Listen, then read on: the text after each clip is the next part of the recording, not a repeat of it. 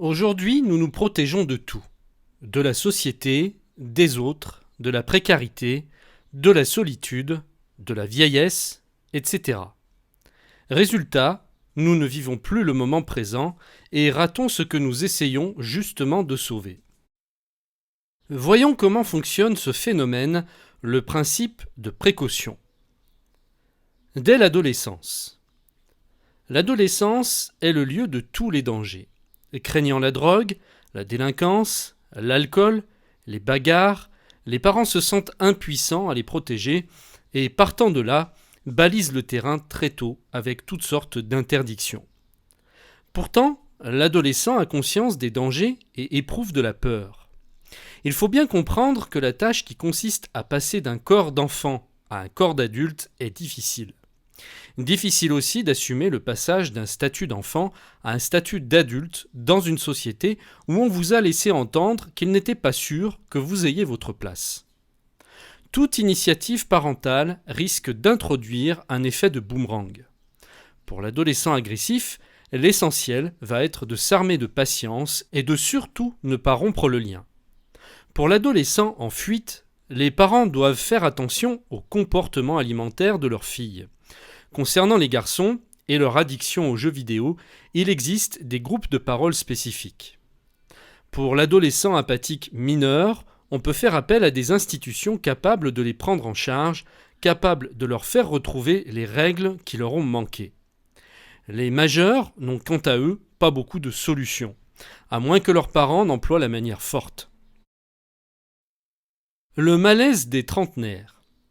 La pression de la société invite souvent les trentenaires à rentrer dans le moule, et le principe de précaution fait alors sa réapparition.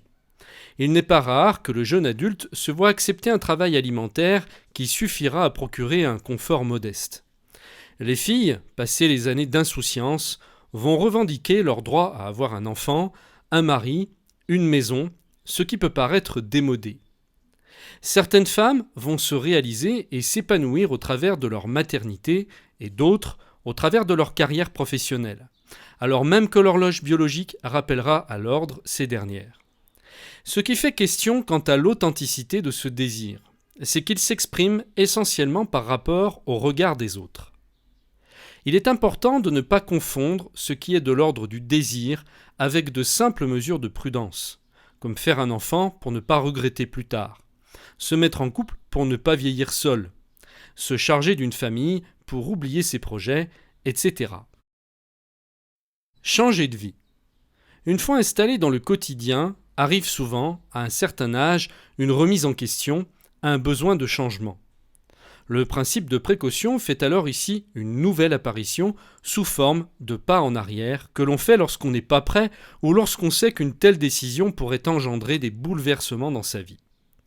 Il faut une bien forte motivation pour échanger le confort d'une situation acquise contre les risques d'une échappée solitaire. Il s'agit ici d'évaluer à la fois les conditions concrètes du changement et ses propres capacités à concrétiser un projet et à le conduire dans le temps. En effet, tous les projets aboutis ont été longuement organisés et minutieusement planifiés. Tout changement factuel s'accompagne d'un changement en profondeur. Rompre avec les habitudes acquises, apprendre de nouvelles techniques, adopter d'autres manières d'être et de communiquer, voire réviser les idées reçues.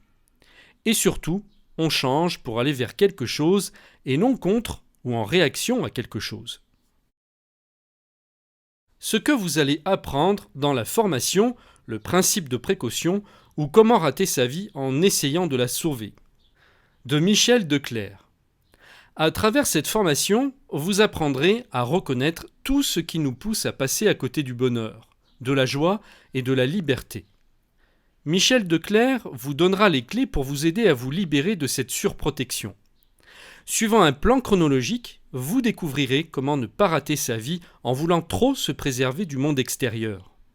Vous comprendrez pourquoi le souci dominant de la santé fabrique les futurs hypocondriaques. Cette formation vous apprendra que l'obsession que l'enfant ne manque de rien finira par lui ôter tout désir et toute satisfaction. Vous approfondirez les problématiques des peurs, du manque de confiance des parents envers leurs enfants, du plus jeune âge à la vie de jeune adulte, en passant par l'adolescence. Cette formation vous donnera les outils pour éviter de sombrer dans les relations conflictuelles et dans l'apathie. De plus, vous allez constater en quoi le principe de précaution ne préserve pas du danger, mais au contraire en accentue les risques. L'auteur vous proposera également de traiter le chapitre de l'horloge biologique et le principe de l'enfant à tout prix chez la jeune femme.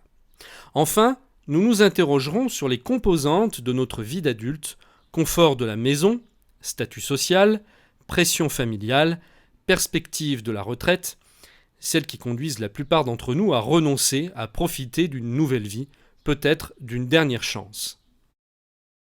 Pour accéder à la formation, cliquez sur le lien qui apparaît maintenant sur la vidéo ou dans sa description. À tout de suite!